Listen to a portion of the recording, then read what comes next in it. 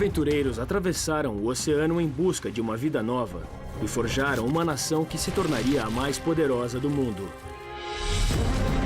Mas a busca pela liberdade fez de amigos adversários. O preço da independência americana foi a guerra.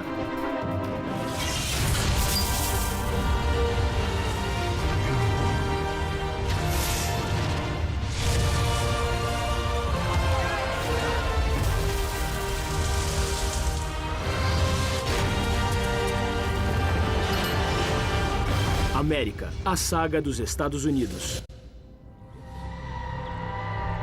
Rebeldes.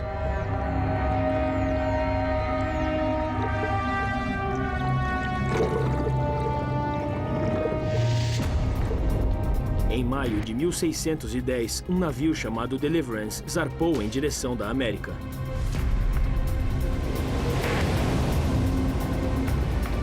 "120 anos depois de Colombo, a jornada ainda era perigosa. Preciso de ajuda aqui! A bordo estava John Rolfe, um lavrador inglês de 24 anos em busca de uma vida nova. Atravessar o Atlântico levava pelo menos 2 meses, às vezes muito mais. 70% dos primeiros aventureiros, como Rolfe, perderam a vida no primeiro ano. Terra à vista! Mas para Rolfe, o risco valia a pena.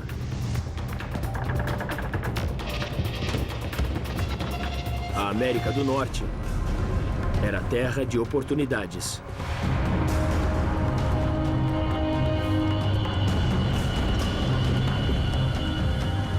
Um continente de grandes e intocadas riquezas, a começar pelo mais valioso dos recursos: terra.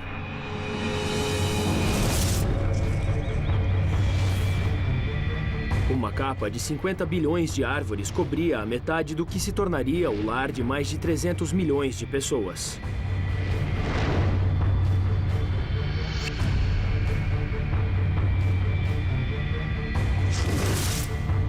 Mais a oeste, 60 milhões de bisões vagavam por uma área de 14 milhões e meio de quilômetros quadrados.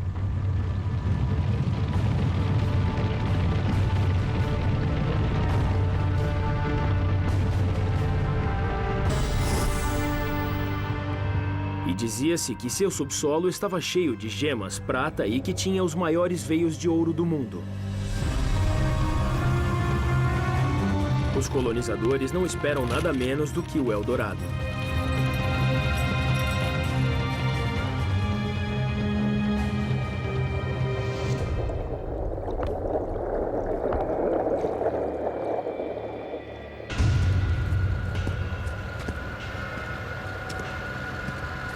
Mas o que Rolfe encontrou na colônia inglesa de Jamestown foi o inferno na Terra. A colônia foi fundada 3 anos antes por 500 colonizadores. Olá? Olá? Quando Rolfe chegou, menos de 60 restavam. E estavam saindo de um inverno de fome. Tendo comido cavalos e outros animais, comemos botas, sapatos e qualquer outra coisa de couro que apareceu. Alguém me ajude! 3 meses antes da chegada de Rolfe, um homem foi queimado na fogueira por matar a esposa grávida com a intenção de devorá-la. Os colonos ingleses não estavam preparados para esse mundo novo e não queriam trabalhar com as mãos. Em vez de gado, trouxeram testes químicos para o ouro que jamais encontraram.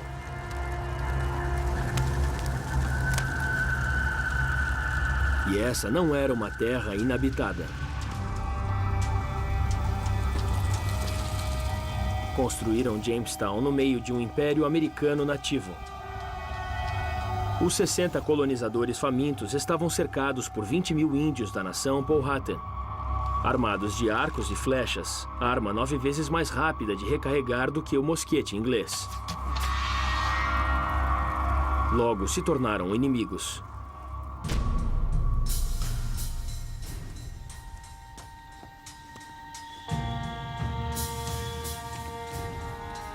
Mas a chegada de John Rolfe foi o começo de um novo enfoque. Ele tinha um plano. Tabaco era dinheiro e a Inglaterra era viciada. Até então, só se cultivava tabaco nas colônias espanholas.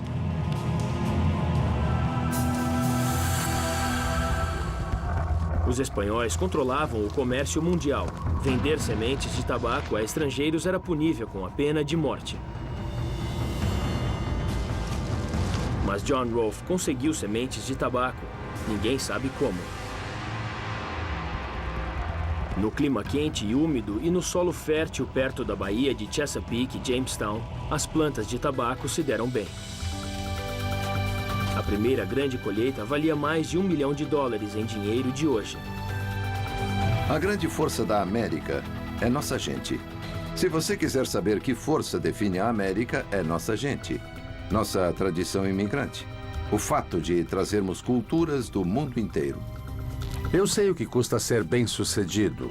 E quando alguém chega lá, raramente é por sorte. É talento, é usar a cabeça, são várias outras coisas. Em 1614, Rolfe se casou com a filha do rei do Império Powhatan. O nome dela ficou legendário, Pocahontas.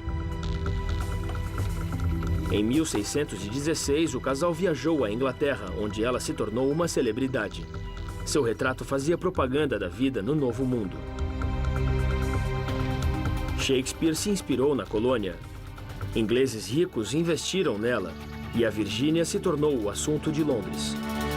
Uma terra de abundância. Em 2 anos, o tabaco transformou a faminta Jamestown na cidade de maior expansão da América.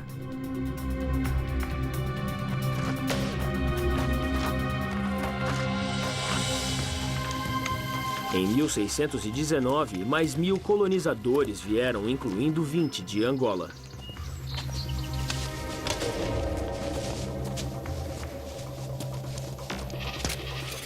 Eram escravos, mas alguns dos primeiros africanos na Virgínia se tornaram donos de terras. 12 anos depois da fundação de Jamestown, os africanos tinham um papel fundamental na criação das colônias. Isso é incrível. 30 anos depois, havia mais de 20.000 colonizadores na Virgínia. A América se fundou no tabaco. Pelos 150 anos seguintes, será a maior exportação do continente.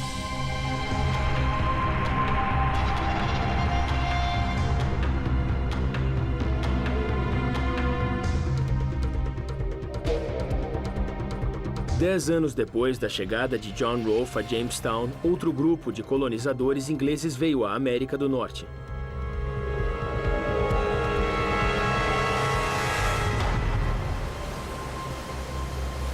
Desceram em uma praia deserta quase 700 quilômetros costa acima. Chamaram sua primeira colônia de Plymouth, nome do porto inglês de onde saíram. Esses eram colonos de outra classe, um grupo de dissidentes religiosos com a fé no centro de sua vida. Fizeram a perigosa travessia do Atlântico buscando liberdade para praticar sua religião. Entre eles estava um aprendiz de tipografia de 24 anos, Edward Winslow. Ele chegou em um barco chamado Mayflower.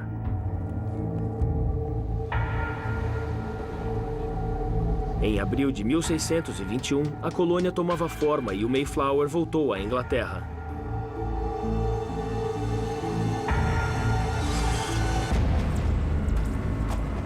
E os chamados peregrinos ficaram sozinhos, em terras desconhecidas. Tínhamos grande esperança e um grande zelo interior em criar os fundamentos da propagação e avanço do Evangelho do Reino de Cristo nessas tão remotas partes do mundo. Vieram 19 famílias, cabras, galinhas, porcos e cachorros. Trouxeram rocas para afiar, cadeiras, livros, armas. E não tinham como voltar.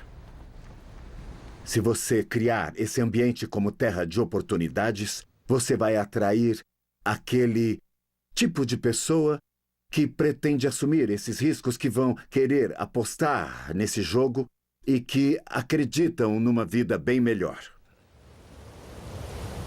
Dirigiam-se ao rio Hudson, mas desembarcaram mais de 300 quilômetros a norte e no começo do inverno. Chegaram em meio a uma mini-idade do gelo, com temperaturas 2 graus abaixo das de hoje. Os invernos eram longos, as estações cultiváveis curtas.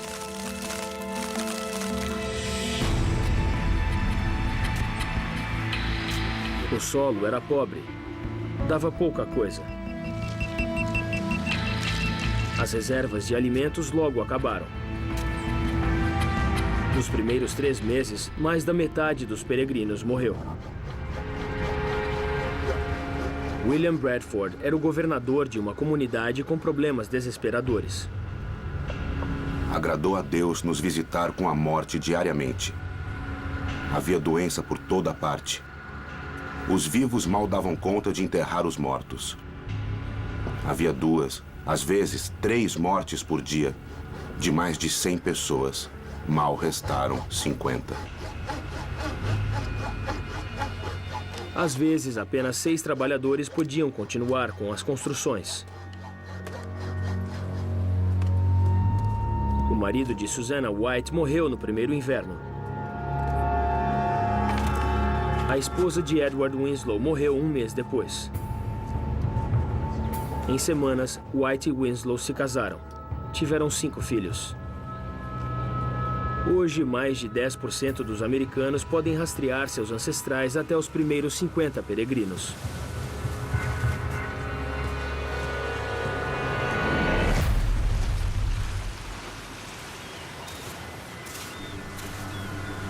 Mas seu novo mundo não foi feito em terras virgens. Edward! Edward! Pessoas! Ali, olha! Ali! Como em Jamestown, aqui também já havia gente.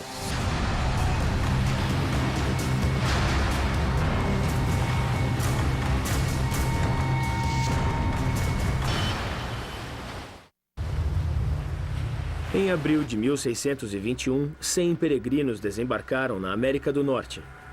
Após 5 meses de inverno, menos da metade sobreviveu. Também não eram os primeiros europeus a visitar a costa. 5 anos antes, exploradores europeus tinham desembarcado aqui e trouxeram doenças. Quase 90% dos habitantes locais foram exterminados.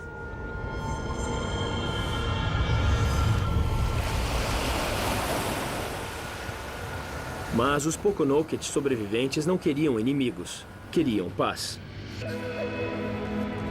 Ensinaram os ingleses a cultivarem solo arenoso, usando peixe como fertilizante.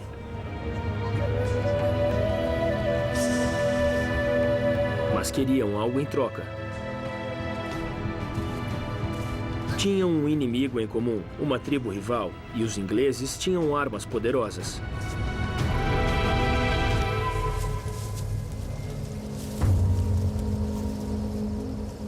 Os peregrinos não eram soldados, mas no Novo Mundo teriam de lutar para sobreviver.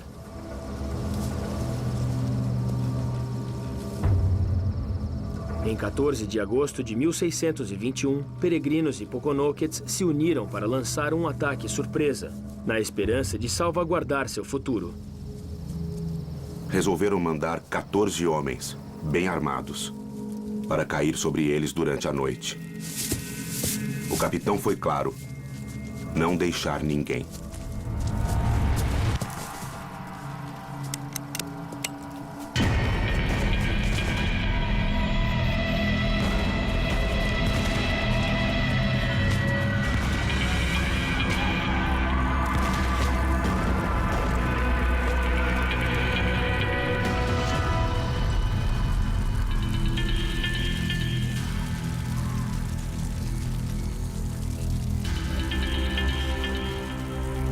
Emboscados, os rivais dos Pokanoket não puderam enfrentar o poder de fogo inglês.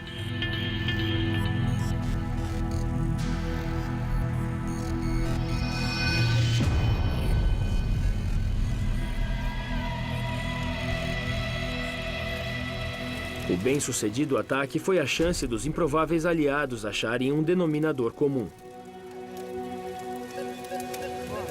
Achamos os índios de muito boa fé em sua declaração de paz conosco.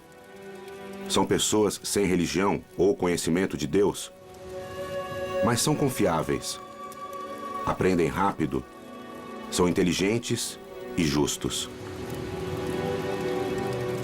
Peregrinos e Pokonokets selaram sua amizade com uma refeição. Com o tempo, essa será uma celebração que qualquer americano reconhecerá. Ação de graças. Os temas principais na fundação da América são que era um lugar para fazer negócios, para expandir seus horizontes, um lugar para fazer sua vida, praticar sua religião. Eram pontos básicos que atraíam as pessoas para cá, para colonizar.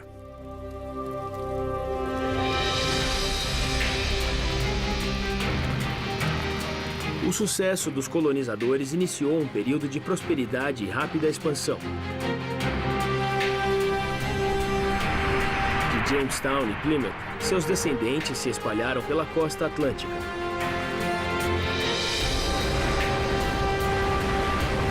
E outras dezenas de milhares de europeus cruzaram o Atlântico em busca de uma vida melhor.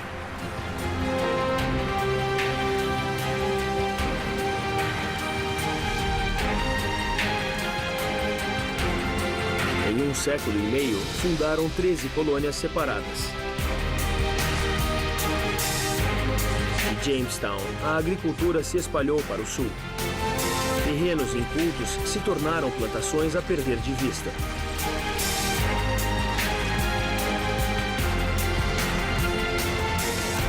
Irlandeses, alemães e suecos empurraram as fronteiras. E os holandeses levaram o comércio a uma pequena ilha da foz do rio Hudson. Primeiro chamada Nova Amsterdã, a ilha foi rebatizada para Nova York. Em poucas gerações, os colonos ficaram em média 5 centímetros mais altos do que seus pares ingleses. E seus filhos tinham 2 vezes mais chance de chegar à idade adulta. Eram 20% mais ricos e só pagavam 1/4 dos impostos. Muitos ainda se viam como súditos ingleses, mas as pressões começavam a aparecer. E em nenhum lugar mais do que em Boston.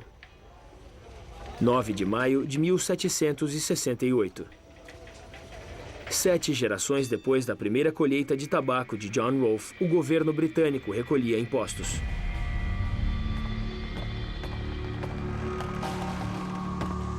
Um britânico da alfândega fez uma revista de surpresa em um navio que pertencia a John Hancock, um dos homens mais ricos de Boston. A tripulação de Hancock tinha outras intenções.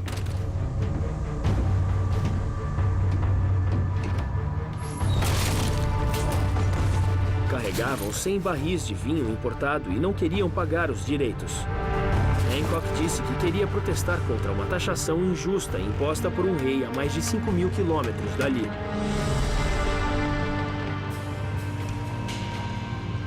Para os ingleses, era apenas contrabando. Peguem tudo. Vamos lá. Depressa. Os britânicos tomaram o navio de Hancock, o que desencadeou uma onda de tumultos. Não queríamos pagar impostos a um rei e a um parlamento onde não tínhamos voz e nem representação. Temos um ressentimento natural para com o governo porque nascemos assim. O rei respondeu mandando 4.000 soldados a Boston. Boston era um centro comercial, cultural, de civilização e de revolução evoluindo aos olhos dos colonizadores e também dos britânicos.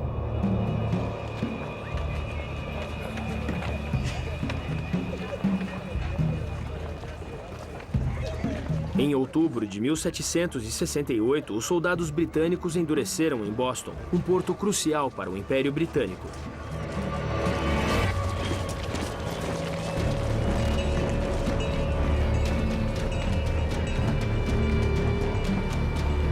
Suas docas eram das mais movimentadas do mundo, carregando 200 navios por ano só com madeira das vastas reservas americanas. Um terço das transações britânicas nascia nas colônias.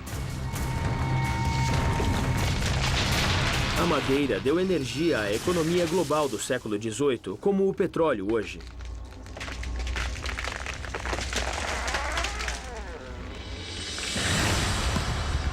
Na Nova Inglaterra, marcas identificavam as árvores mais altas e fortes, selecionadas pela coroa britânica para mastros de navios ingleses.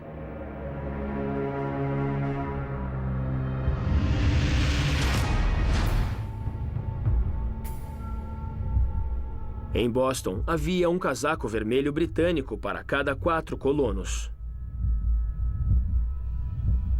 Era uma cidade sob ocupação. Avancem! Um proeminente homem de negócios, o ourives Paul Revere, observava as tropas tomar o controle. Entraram em forma e marcharam em insolente parada. Batidas de tambores, flautas e bandeiras tremulantes. Cada soldado recebeu 16 tiros em pólvora e balas.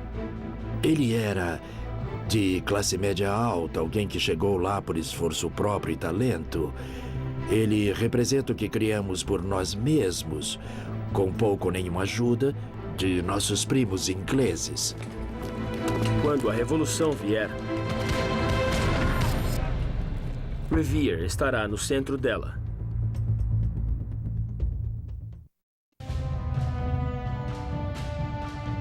As colônias americanas eram críticas para a prosperidade econômica inglesa.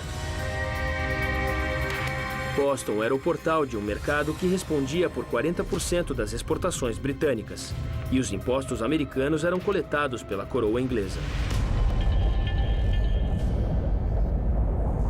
Os navios pesqueiros americanos levavam milhares de toneladas de bacalhau salgado e traziam açúcar e melado para fazer rum. E os britânicos taxavam ambos.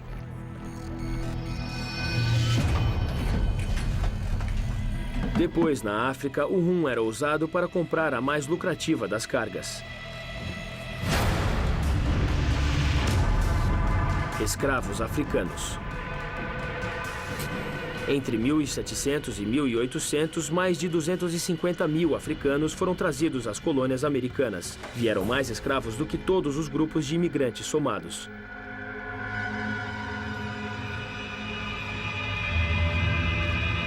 A maioria dos escravos acabou nas plantações do sul, mas também foram críticos para a economia do norte. 10% da população de Boston eram de negros. Boston era um caldeirão e a tensão só aumentava. Ninguém gosta de invasores em casa.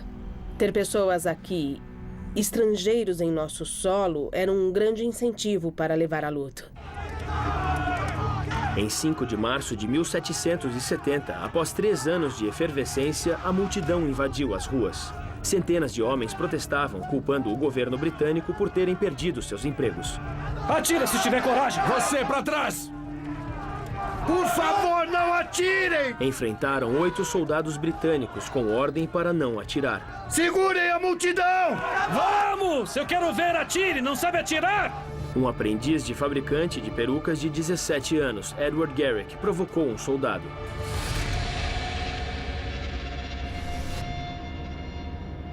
Foi assim que a guerra começou. Pra trás! Segurem a multidão! Vamos, quero ver! Pode bater! O soldado Hugh Montgomery recebeu uma paulada. Você pra trás!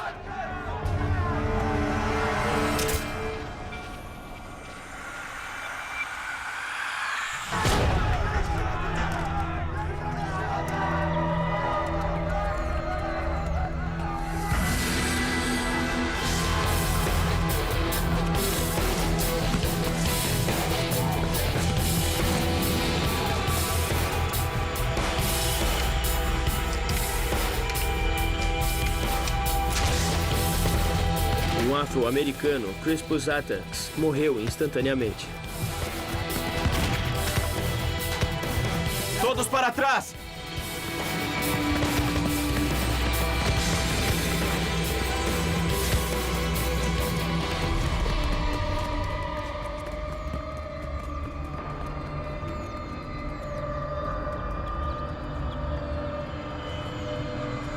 Quando a fumaça se dissipou, havia mais 4 mortos. Para trás! Os políticos radicais de Boston aproveitaram o momento. O ourives e entalhador Paul Revere logo usou o banho de sangue para propaganda anti-britânica. Suas estampas espalharam a indignação pelas 13 colônias. Infeliz Boston, veja seus filhos chorarem, com seus sagrados passeios manchados de sangue sem culpa, enquanto o desleal Preston e seu bando selvagem de violentos assassinos atacam com as mãos imundas. A imagem era explosiva, o título dizia tudo. Um massacre sangrento.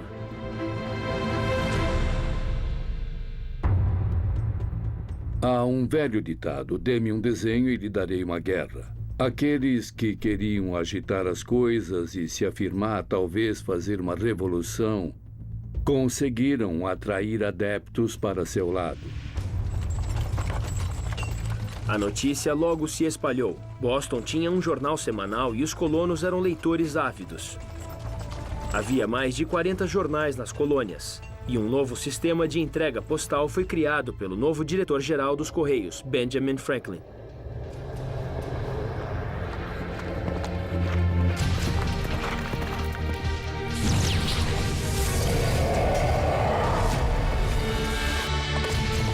Cavaleiros noturnos reduziram o tempo de entrega pela metade. A rede de comunicações que ligava as colônias era das melhores do mundo. Antes da notícia chegar à Inglaterra, a maior parte da América já sabia do massacre de Boston.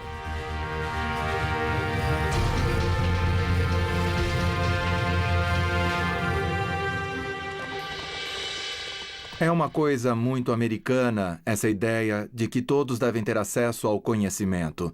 É como a ideia do pioneirismo, qualquer um tem direito ao seu lugar no mundo. O massacre não foi a única notícia explosiva que veio de Boston. Em dezembro de 1773, a Gazeta de Boston trouxe uma história que atiçaria as chamas da rebelião.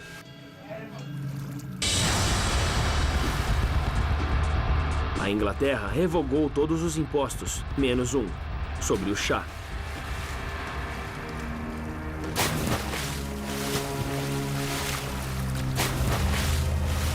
Em um dos atos de resistência mais famosos da história, os rebeldes jogaram mais de $1 milhão em chá no porto de Boston.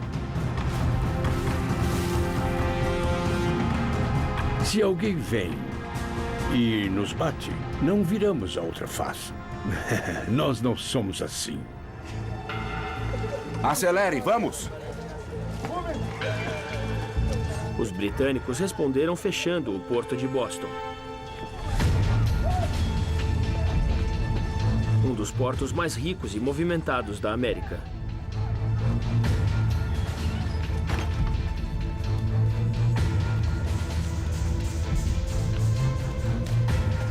Venha conosco. Centenas de pessoas perderam o emprego. Venha conosco. Os ingleses planejaram acabar com qualquer resistência na colônia rebelde de Massachusetts. Mas esse plano iria fracassar dramaticamente.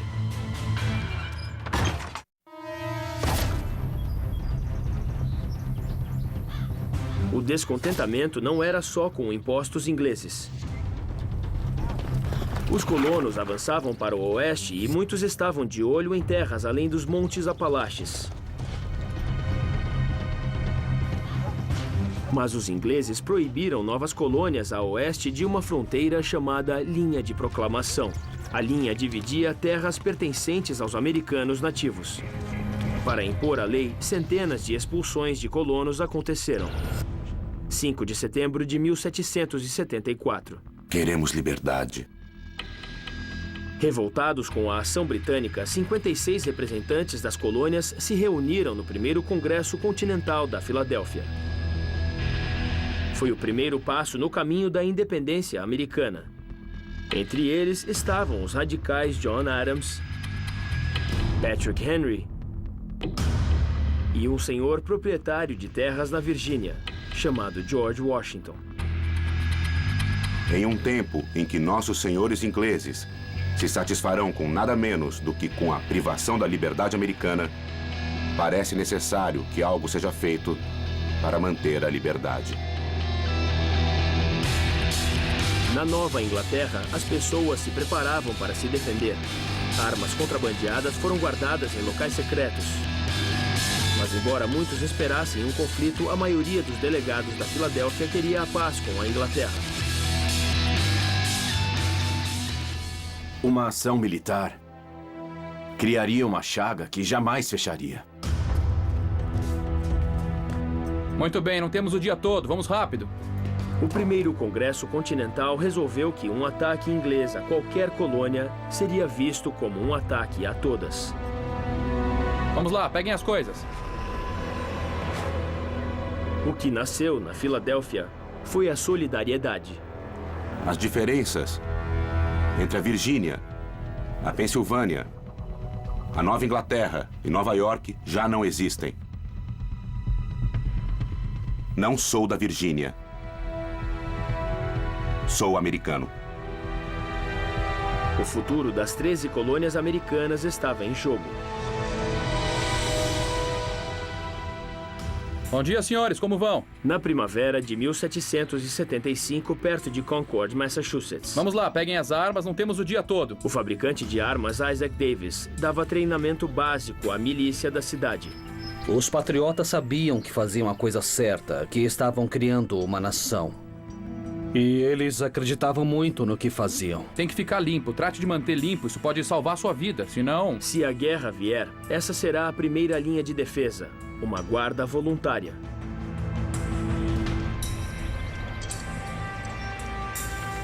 Muito bom, senhores. Muito bom. Vamos tomar café e vamos embora. Eram americanos comuns, lavradores, ferreiros e comerciantes. As milícias de qualquer colônia eram formadas por seus cidadãos. Eram unidades com base na proteção dada por cidadãos. E alguns tinham habilidades, mas outros eram carpinteiros, ou eram pedreiros, ou eram ferreiros. Então, essas eram as pessoas que tinham alguma coisa a perder e a proteger na colônia e começaram a se agrupar para se protegerem uns aos outros. Cada cidade das colônias tinha sua própria milícia. Mas em 1775 estavam se preparando para se defender contra o exército britânico. Melhor do que ontem, Leroy. Melhor do que ontem, muito bem. Em Massachusetts, 1/3 dos homens entre 15 e 50 anos de idade devia estar pronto a pegar em armas rapidamente. Excelente, bom tiro. Desse jeito a gente vai dar uma lição nesses casacos vermelhos, certo?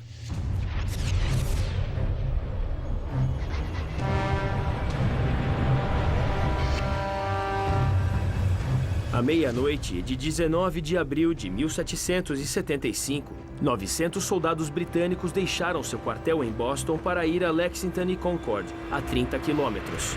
Suas ordens eram deter os líderes rebeldes e tomar suas armas.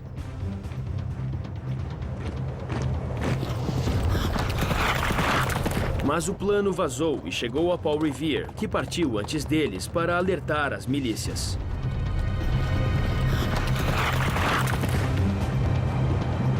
Seu alerta se espalhou de cidade em cidade pelo interior da Nova Inglaterra.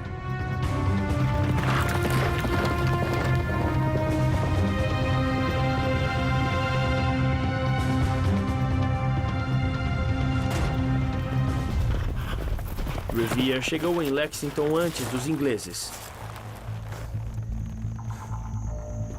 Os ingleses estão chegando. Vamos avisar a milícia para se reunir. Vamos!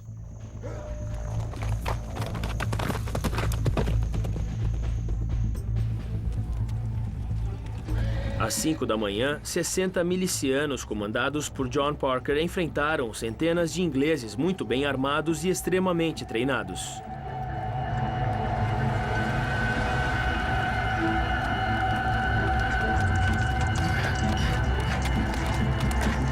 O que houve a seguir mudou o curso da história.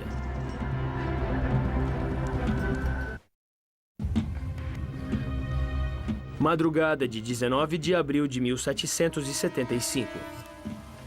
De um lado, 60 homens mal armados e com pouco treinamento. Do outro, centenas de soldados profissionais do exército mais poderoso do mundo. Uma inexperiente milícia versus um exército que, nos últimos 20 anos, foi vitorioso em 5 continentes.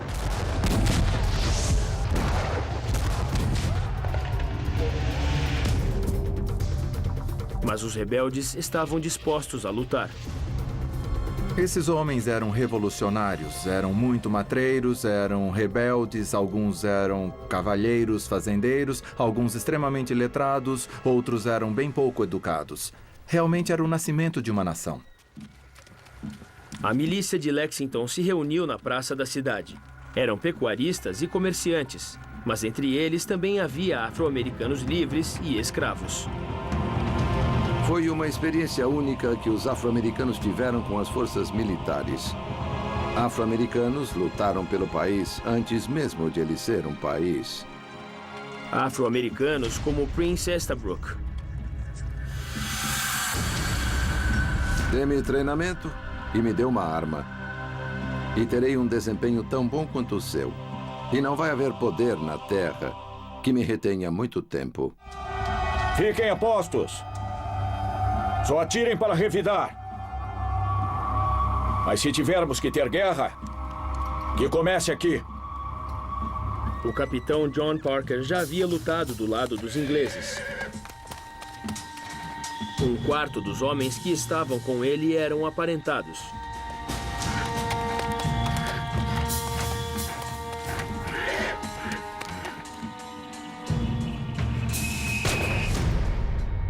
Ninguém sabe quem deu o primeiro tiro em Lexington. Mas foi um tiro que o mundo ouviu. Apontar! Os casacos vermelhos intimidavam.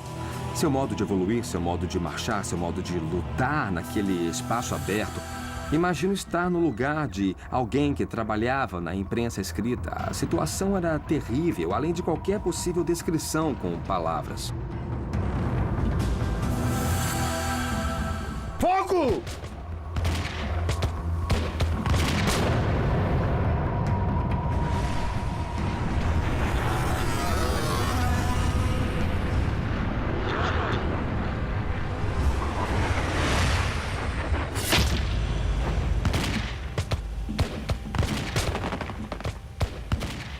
Prince Estabrook foi atingido na primeira salva.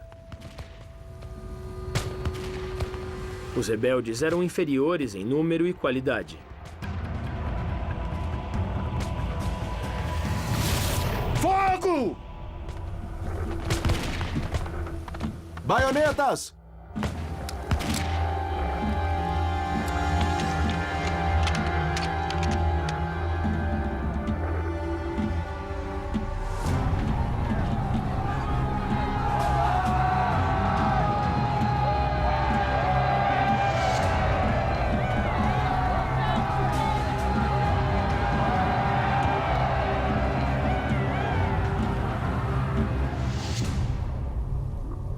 Minutos após os primeiros tiros em Lexington, 8 rebeldes estavam mortos e 10 feridos. A Revolução Americana tinha começado. Os casacos vermelhos chegaram a Concórdia às 9 horas. Orientados por pistas de colonos leais à coroa, localizaram o armazém de armas da milícia. Mas os rebeldes já tinham passado.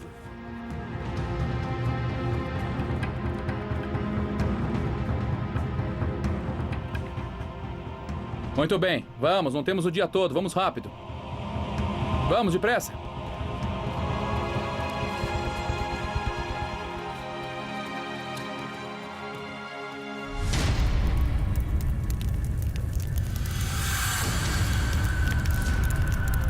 Os britânicos continuaram a procurar armas, o que deu aos rebeldes mais tempo para avisar a todos.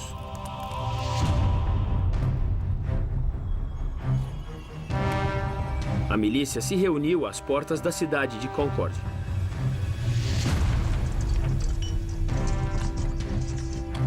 No fim da manhã, mais de 1000 homens tinham vindo de aldeias vizinhas.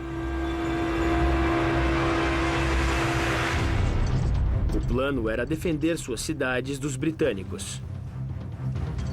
Vamos!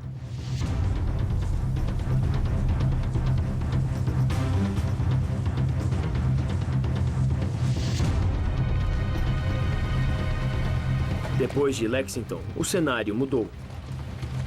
As tropas britânicas se puseram a marchar aos 30 quilômetros de volta a Boston.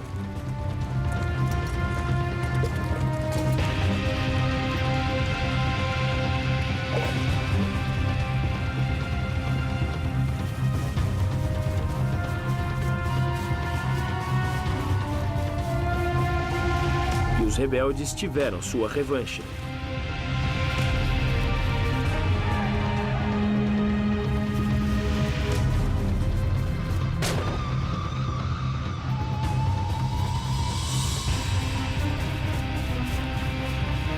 A milícia! As mortes de Lexington uniram esses homens contra o domínio britânico.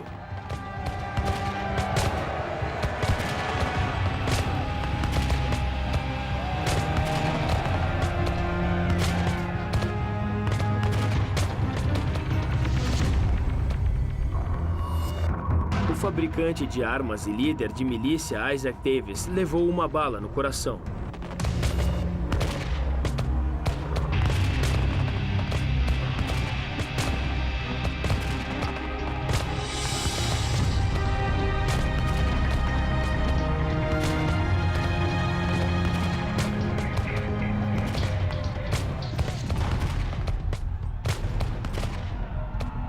Os rebeldes ficaram em vantagem e decidiram fazer os ingleses pagar.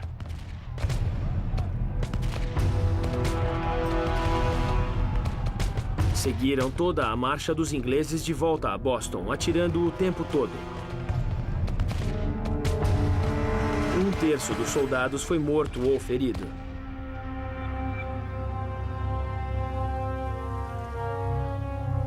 Sete gerações depois dos primeiros colonizadores chegarem em busca de prosperidade e liberdade, seus descendentes teriam de lutar por esses direitos.